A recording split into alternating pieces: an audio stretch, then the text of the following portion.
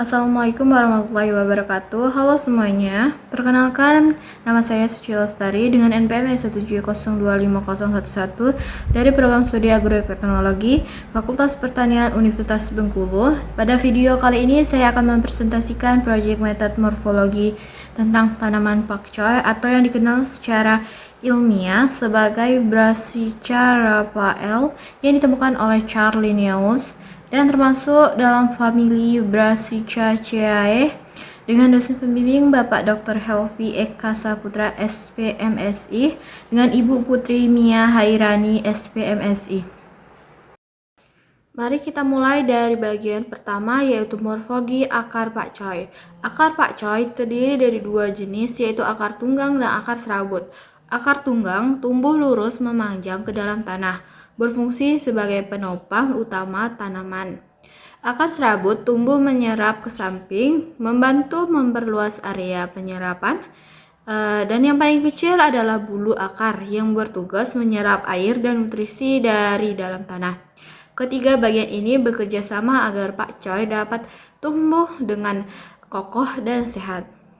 Akar tunggang letaknya itu di tengah bagian paling tebal dan lurus. Akar serabut letaknya itu di cabang yang menyebar ke kanan dan ke samping. Bulu akar letaknya itu di ujung paling kecil bagian paling bawah.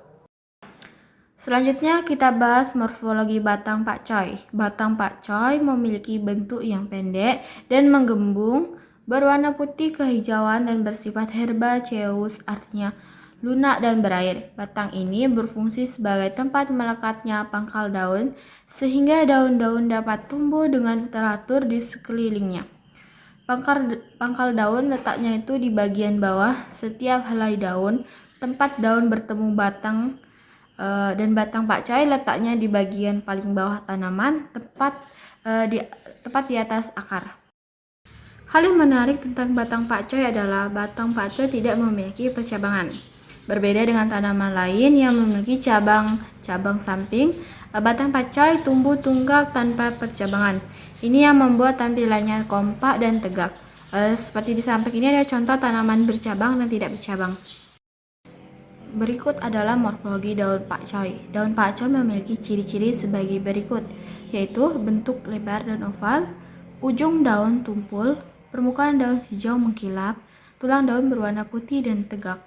Yang unik, daun pakcoy tersusun membentuk roset di pangkal tanaman sehingga terlihat mekar seperti bunga dari atas.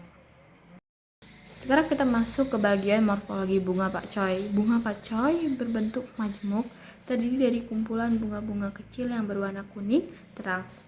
Setiap bunga memiliki 4 kelopak dan 4 mahkota bunga, serta dilengkapi dengan putik dan benang sari sebagai alat reproduksi. Bunga ini muncul ketika tanaman memasuki fase generatif atau berbunga. Selanjutnya yaitu morfologi buah pakcoy. Buah pakcoy berbentuk polong panjang, berwarna hijau memanjang dan sedikit menggelembung. Di dalam satu polong terdapat 2 hingga 8 biji kecil berwarna coklat kehitaman. Ketika buah sudah matang dan mengering, polong akan pecah dan mengeluarkan biji-bijinya secara alami. Dan yang terakhir, dari sisi morfologi adalah biji pakcoy. Biji pakcoy berukuran kecil dan bulat, berwarna coklat kehitaman, dengan diameter hanya sekitar 1 hingga 2 mm. Biji ini memiliki 3 bagian utama, yaitu kulit biji sebagai pelindung terluar, endosperm sebagai cadangan makanan bagi embrio, dan embrio yaitu calon tanaman baru yang akan tumbuh. Baik, selanjutnya kita akan membahas tentang organ metamorfa dan organ asesorial pada tanaman pakcoy. Pertama, apa itu organ metamorfa? Organ metamorfa adalah organ tumbuhan yang mengalami perubahan bentuk dari fungsi aslinya. Contohnya, seperti umbi pada kentang, duri pada kaktus, atau sulur pada tanaman merambat. Nah, kalau kita lihat pada tanaman pakcoy setelah diamati, ternyata pakcoy tidak memiliki organ metamorfa. Artinya, semua organ pada pakcoy seperti akar, batang, dan daun tumbuh normal sesuai fungsi aslinya, tanpa mengalami perubahan bentuk khusus. Kedua, apa itu organ asesorial?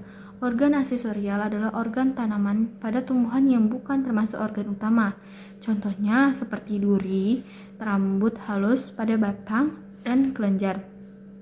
Pada tanaman pakcoy, setelah diamati juga ternyata tidak ditemukan organ aksesorial. Pakcoy tidak memiliki duri, rambut, maupun organ tambahan lainnya pada tumbuhan tanamannya. Terakhir, mari kita bahas manfaat tanaman pakcoy. Pakcoy memiliki banyak keunggulan, diantaranya itu kaya vitamin dan mineral, yaitu mengandung vitamin A, C, dan K, serta mineral penting seperti kalsium dan zat besi.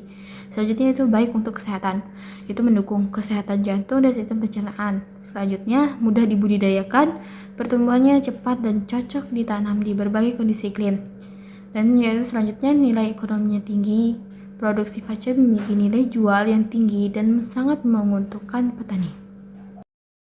Demikian presentasi saya mengenai morfologi tanaman pakcoy atau Brassica Raphael. Semoga video ini bermanfaat dan menambah wawasan kita semua tentang morfologi tumbuhan. Terima kasih kepada Bapak Dr. Helvi Eka Saputra, SPMSI, dan Ibu Putri Mia Hairani, SPMSI, atas bimbingannya. Wassalamualaikum warahmatullahi wabarakatuh.